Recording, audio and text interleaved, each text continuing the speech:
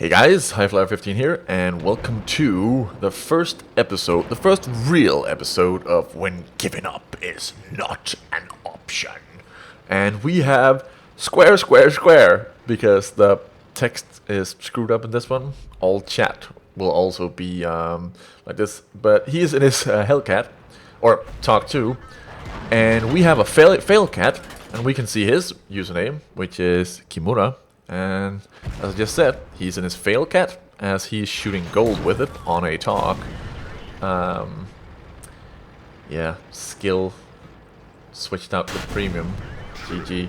But he still fails against the talk because yeah, he's just obviously not that good of a player, and he needs gold to lose to a talk. Boom. And he even bounces, so he had no idea where to penetrate the talk, even with normal ammo.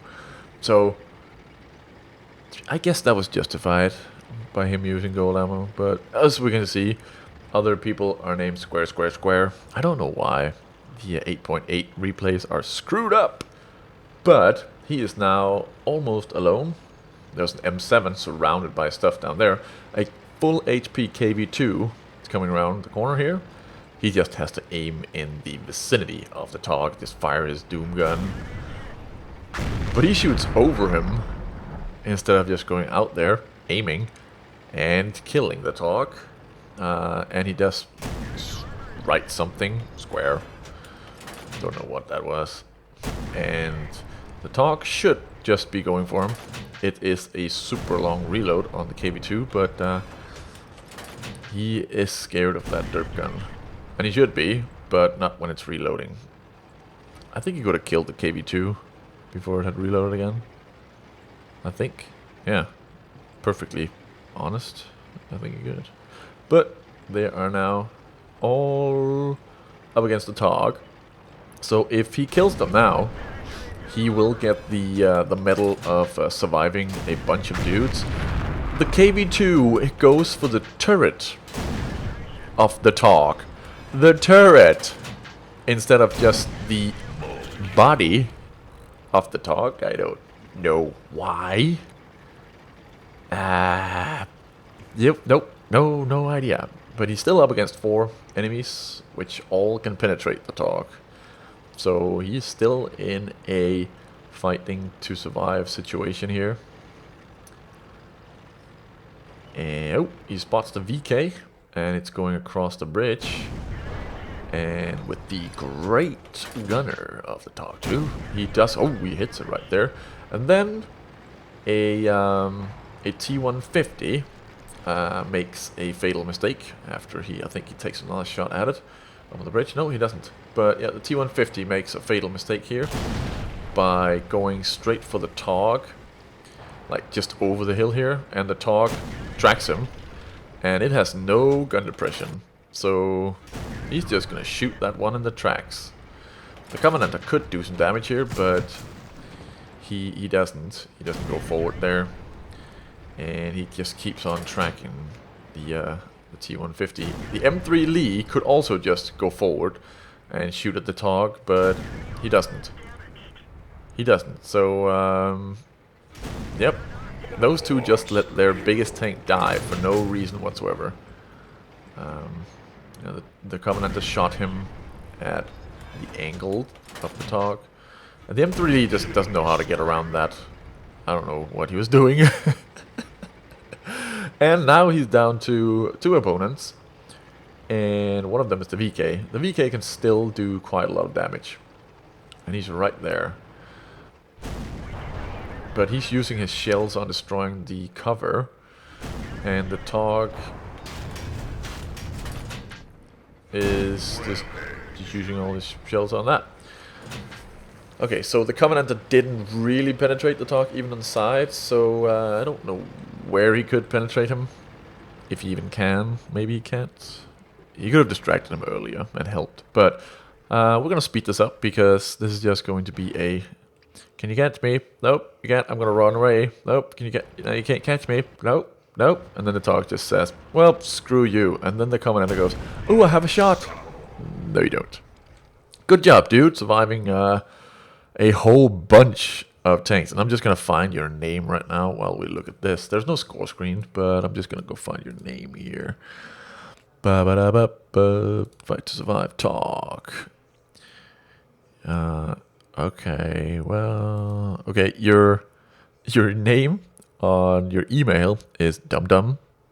So, dum-dum is what I'm gonna call you. So, yeah, good job, dum-dum. And let's skip to the next clip of when giving up is not an option. And we jump straight into some action here with the Caravan. And we are watching a replay from Overmuch. And he is up against a whole bunch of tanks. Now he's going to be the only one, apart from I think 2 or 3 shots, dealing all the damage to these guys. There's the first shot on the IS-3 from someone else, and the other shot on the IS-3 from someone else. And then there's going to be a shot on a super pushing and one on the tank, I think. And that's it. The rest of the damage is coming from Overmuch. He has a teammate, which is very low HP, the T-32, which is behind him. And he is up against 2 IS-3s, an IS, and a Super Pershing. And these guys are just rolling forward here and dealing damage to the T-32 because he's right out there in the open. Not that clever of a position. And Overmuch gets tracked here, but he doesn't use repair kit because he's in a good enough position to just let the track get fixed by itself. And the repair kit will be a lot more important in the future, where you could be stuck in a situation where you really need to get out of there. And if you just used it on a spot like this where it could get fixed by itself, like here again, he's in no danger right now.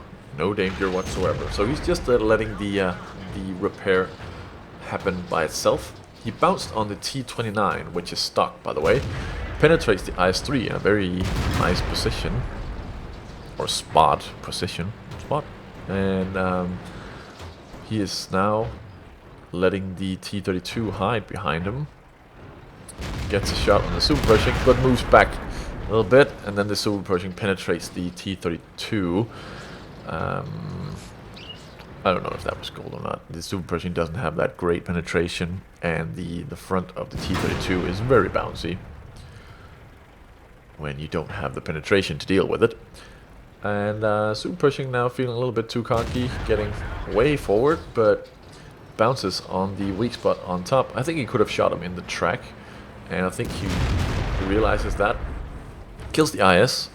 And then goes forward to just shoot the tracks now from Super Pushing. There's no point in not just sitting there and waiting now. So even though he goes back and forth a little bit, the Super Pushing does penetrate him though. But he had a lot of HP, and this stock T-29 won't be any problem.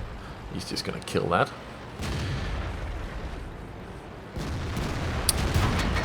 And he gets tracked by it, and once again doesn't need to fix his track because there's no immediate danger. And he then loads one of his 3 gold shells. He only has 3 gold shells in this Caravan, and that's pretty, I wouldn't say risky because it's a great gun.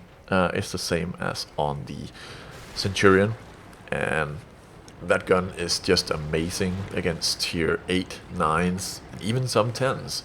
So just having a few gold rounds to the situations where you really need to be safe or sure that you penetrate.